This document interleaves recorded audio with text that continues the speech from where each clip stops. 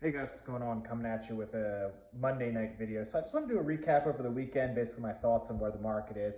We got a big week this week. Obviously, all the fintech and tech companies are reporting this week for Q4. I think things are going to pull down a little bit. I think the market is now thinking about that. We had a great first 3 weeks in 2023, which is good. Usually, historically, just off the rip, like January, if January finishes positive in S&P, we usually have a very strong year, the whole entire year as a whole. Obviously, we got the Fed meeting coming up this week. I think they are going to raise a quarter point. They're not going to be happy the market rallied the way it did so far this year. So I think they're going to have to talk it down and scare people because right now they don't want people to basically start making a bunch of money, spending, and then basically fueling inflation. That's really the number one target to get down to. That's their number one priority right now. So just going to start at the top here. And the title basically is Tech Week Earnings. So it's a big week, obviously, between that and the Fed meeting, but I'm going to start up here. So I do think we are at the 25% or less part of the bottom of this market, in my opinion. So we're either at the, if you look at a glass, we're a quarter full. We're either coming out, which is, I think we're coming out of it right now, but at the bare minimum, if it legs down a little bit or goes up a little bit, we're definitely in that 20 percentile as far as bottoming the market. So really, if you're a long-term investor, which is what I am, it's a good time to buy. So that's what I've been doing. Actually, it's funny, I haven't bought a stock since the third week of December before Christmas, honestly. But I've been cashing up. I sold out of 3 positions.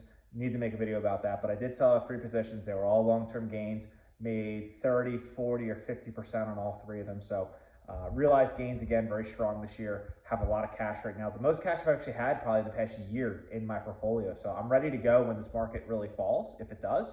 If it doesn't, that's great. I'll keep cashing up, build my position real big. Definitely will leg down eventually. And I think it might start the leg down this week and then continue in the next. That's my personal opinion. And if I buy, I'll make a video, let you guys know what I buy, how much, as far as a percentage, and go from there. So will the market bottom before it U-turns? In my opinion, I do think it will do that. Everyone's anticipating this Fed U-turn pause, then reduce rates, and the market's just going to rally from there. I think people understand that's how the game's going, and they're anticipating that, so they're trying to predict when that's going to happen. So I think people are looking forward 3 to 6 months, and they're trying to price that in now. So I think you have the beginning stages of people ending tax loss harvesting, the 30-day wash rule, starting to add in just in case we're at that bottom point now. But you're going to have some other portfolio managers and the people that are going to wait more towards that definite U-turn part, which is fine, which is going to make just a very slow, gradual rally up. In my opinion, it's not going to be V-shaped. It's going to be more like a U. So that's, I'm fully positioned in almost every one of my positions, minus NVIDIA, which I am keeping my eye on. But yeah, so I'm kind of along for the ride, cashing up, like I said. It's going to be a very slow process, in my opinion. I think it's going to be a whole year of just trickling in money, trickling money, trickling, a little bit of bad news to pull things down, then a little better, little better, little better, little better. And then when inflation's down sub 3%, the Fed starts U-turning. Everyone's going to think this huge inflow of money is going to come in, but most of it's already going to be in there at that point. So you should really be, in my opinion, putting it in now, just to not miss the boat in that. GDP also came in last week at 2.9%. That's better than expectation. They were thinking 2.6. So that's good. I mean, it kind of rules out that deep recession. We might have a shallow or mild recession, maybe no recession at all. But our GDP is still really good. So I don't think that kind of rules out the deep recession that everyone was scared about a couple months ago. So we're looking good there. The Fed is definitely going to be aggressive until inflation's gone. They've been very clear about that. There's no way they're going to change their course because then they'll lose credibility. So that's why I'm saying this Fed meeting coming up, they might do a half point. Doesn't make any sense. They're just going to kill the economy and crush people. And unfortunately, it usually hurts the middle, lower, or lower class people a lot more than upper or middle upper people. So the people that need this to end the most are going to get hurt the most. So it's kind of unfortunate. I think they're going to be very strict on their tone for this meeting. I do think we are going to have deflation, especially if the Fed gets even more aggressive and continues to stick their course, which I think they're going to do. I think deflation, because the comps from last year are going to be super hard to beat with what we're currently dealing with. So I think we're going to have deflation in Q3, Q4.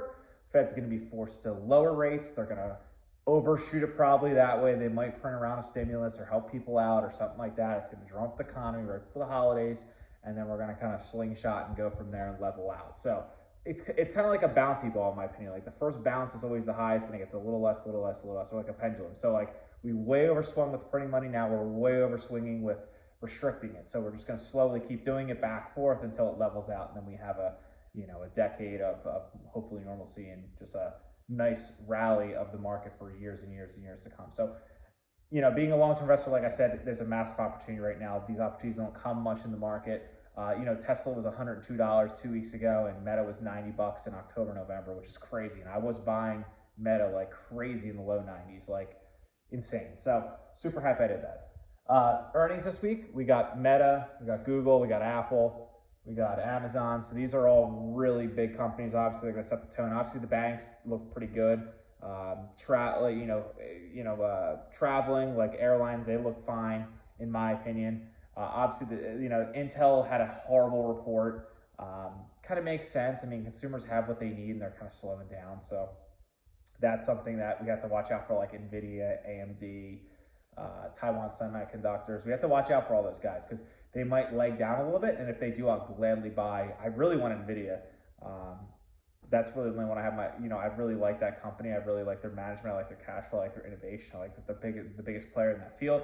So I like Nvidia personally long term. I like that they're really like the head of like gaming and stuff like that.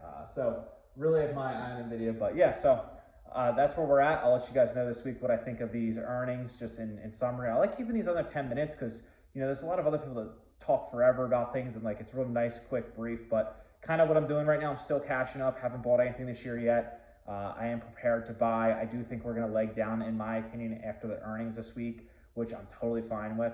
And obviously, if I buy, like I said, I'll let you guys know what I buy and what percentage of my portfolio. So that's all I got. Trying to get to 1,000 subs by the end of next month. I keep saying that, but like I really need to keep going with the channel. So if you guys subscribe, let me know what you guys are buying. Let me know what you think of Q1, how it's going to go, and what these earnings are going to do.